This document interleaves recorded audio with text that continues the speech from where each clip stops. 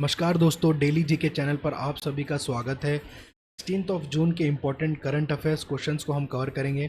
Start करते हैं आज के पहले क्वेश्चन से। आज का हमारा पहला क्वेश्चन है, Cyril Ramaphosa who was in the news recently belongs to which country. Cyril Ramaphosa जो प्रेसिडेंट है साउथ अफ्रीका के इलेक्ट किए गए हैं। इनका ये दूसरा कार्यकाल है एज अ प्रेसिडेंट। पहली बार इन्होंने 2018 में इन्हें एज अ प्रेसिडेंट नियुक्त किया गया था। इनका ये दूसरा कार्यकाल, और दो पार्टीज के बीच में डील साइन किया गया, अफ्रीकन नेशनल कांग्रेस और डेमोक्रेटिक अलायंस के बीच में, और इन्हें नियुक्त किया गया है दूसरी बार as a president of South Africa. अगला क्वेश्चन है, who is the first Indian ever to win a 3-स्टार grand prix title of equestrian. तो बात की जाए तो श्रुति वोरा जो कि पहली भारतीय बन चुकी हैं ये ग्रैंड प्रिक्स टाइटल जीतने वाली, और इन्होंने यह इतिहास रचा है, जो पहली भारतीय राइडर बन गई है। आपको याद रखना है क्योंकि अब तक इसमें किसी ने ये टाइटल अपने नाम पे नहीं, किसी भारतीय ने भी ये टाइटल अपने नाम पे नहीं किया।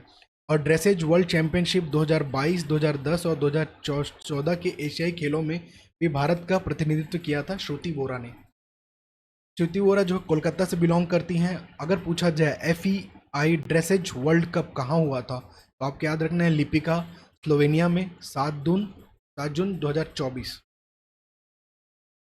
खेल से संबंधित कुछ इंपॉर्टेंट न्यूज़ को भी हम कवर करेंगे साथ में।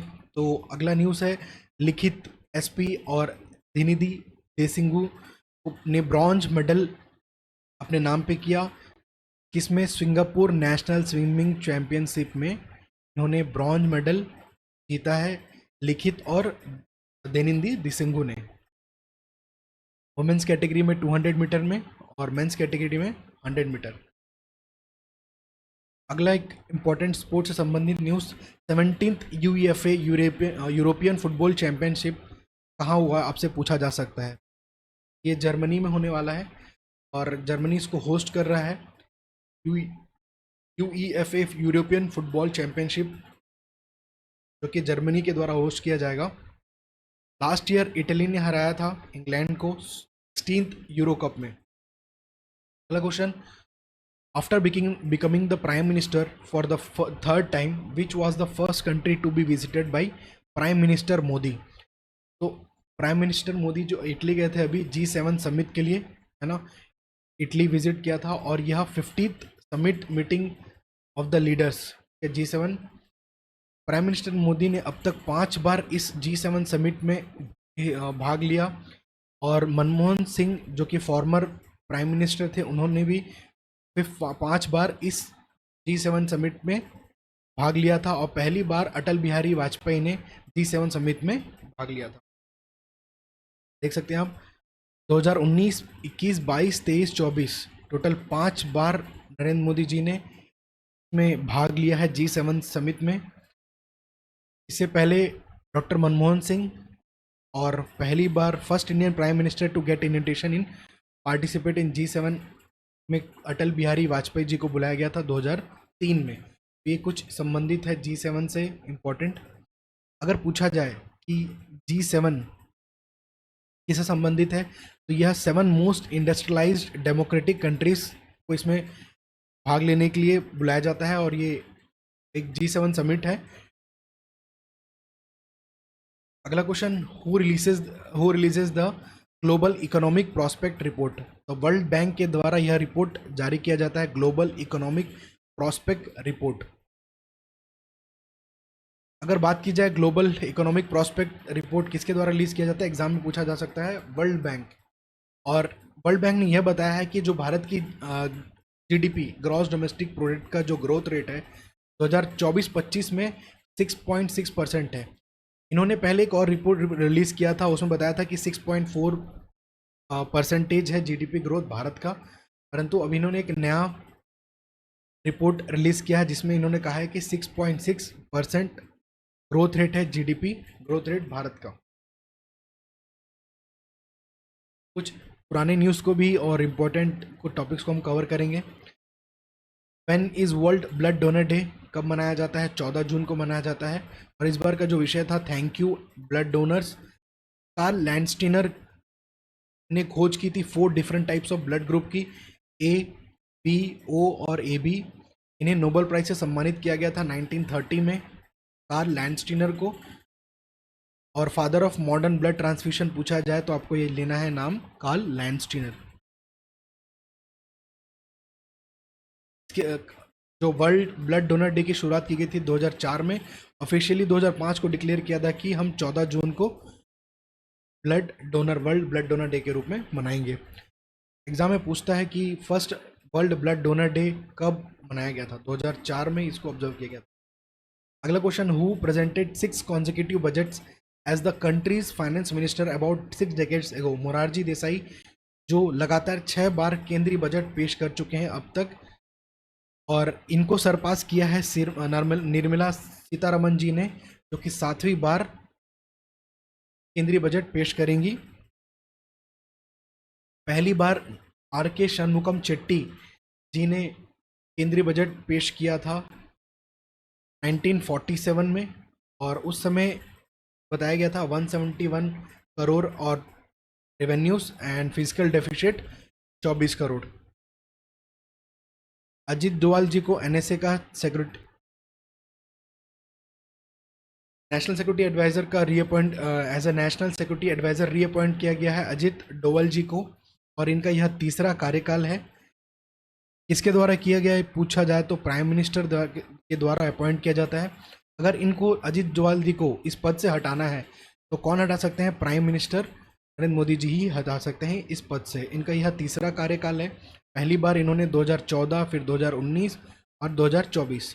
2014 में पहली बार, दूसरी बार 2019 में, तीसरी बार 2024 में as a NSA national security adviser के रूप में इन्हें नियुक्त किया गया है। अगला important news, doctor PK Mishra, Pramod Kumar Mishra ji को अपॉइंट किया गया है as a principal secretary under Modi government. तो इनका यह दूसरा कार्यकाल है as a principal secretary doctor Pramod Kumar Mishra ji का। पहली बार principal secretary to the prime minister कौन थे? पीएन हक्सर जी। इसके द्वारा अपॉइंट किया गया था? प्राइम मिनिस्टर इंदिरा गांधी के द्वारा 1973 में अपॉइंट किया गया था। इस भारतीय खिलाड़ी ने 2024 के फीडे विश्व शतरंज जूनियर अंडर 20 वर्ल्ड लड़कियों का शतरंज चैंपियनशिप जीता। तो दिव्या देशमुख जी ने यह किताब अपने नाम पे किया है। मेंस कैटेगरी में बॉयज़ कैटेगरी में अगर बात की जाए तो grand master Kazybek Nogerbek of Kazakhstan won the 2014 FIDE world junior chess championship. World junior chess championship की शुरुआत की गई थी 1951 में। गर्ल्स ने इसमें 1982 से पार्टिसिपेट करना चालू किया।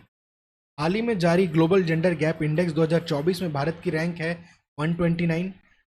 पहले स्थान पर आइसलैंड, दूसरे स्थान पर फिनलैंड। अगर ये रिपोर्ट जारी किया जाता है वर्ल्ड इकोनॉमिक फोरम के द्वारा, हेडक्वार्टर है स्विट्जरलैंड।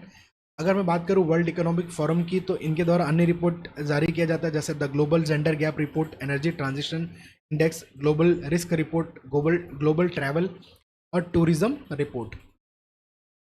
हाल ही में कुछ रिपोर्ट्स रिलीज किए गए थे। करप्शन परसेप्शन इंडेक्स में भारत 93 स्थान पर, टॉम ट्रैफिक इंडेक्स रैंकिंग में पहले स्थान पर लंदन, और 6th स्थान पर बेंगलुरु, जो हाईएस्ट ट्रैफिक के मामले में। चुनावी लोकतंत्र सूचकांक 2023 में भारत का 108वां स्थान पर है। वर्ल्ड हैप्पीनेस रिपोर्ट में 126वां स्थान भारत का, फिनलैंड पहले स्थान पर। ग्लोबल फायर पावर इंडेक्स चौथे स्थान पर भारत, पहले स्थान पर US.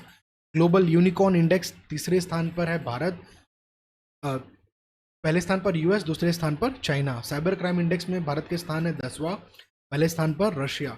World press freedom index 2024 में भारत के स्थान है 159, नॉर्वे फर्स्ट पोजीशन पर। सिप्री जो है कि यह रिपोर्ट जारी किया जाता है सिप्री के द्वारा कि कौन सा देश अपने कंट्री पे ज़्यादा इन्वेस्ट करता है आर्मी पे, तो भारत का स्थान है चौथा स्थान जो इन्वेस्टमेंट करता है अपने आर्मी पे। पहले स्थान पर है यूएस। जून 2024 में भारत और किस देश के बीच जिमेक्स का 8वां संस्करण, तो भारत और जापान के बीच में जिमेक्स का 8वां संस्करण हुआ। योकोसुका जापान में, यह 8वां संस्करण है। अगर बात करूँ भारत और जापान के बीच कुछ मिलिट्री एक्सरसाइज की, धर्मा गार्जियन एक्सरसाइज किया जाता है इंडियन आर्मी और जापान आर्मी के बीच में। धर्मा गार्जियन, इसकी शुरुआत 2018 में की गई थी। जिमेक्स नेवल एक्सरसाइज अभी हाल ही में हुआ, 8वां संस्करण हुआ योकोसुका जापान में। एयरफोर्स कुछ एक्सरसाइज बात की जाए तो इंडियन एयरफोर्स और Japan air force air self defence के बीच फर्स्ट वीर गार्जियन एक्सरसाइज कब हुआ था? 2023 में ही, 12 से 16 जनवरी के बीच में। अगला इंपॉर्टेंट न्यूज़, हाल ही में बाल श्रम के खिलाफ विश्व दिवस कब मनाया गया? तो अगेंस्ट चाइल्ड लेबर की बात की जा रही है। 12 जून को हम मनाते हैं अगेंस्ट चाइल्ड लेबर, है ना, world day against child labour.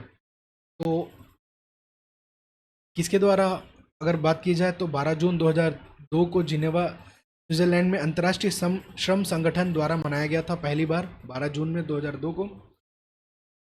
कुछ संवैधानिक प्रावधान की बात की जाए भारत में तो अनुच्छेद 24 यह कहता है कि 14 वर्ष से कम उम्र के बच्चों के रोजगार पर प्रतिबंध लगाता है, अनुच्छेद 24।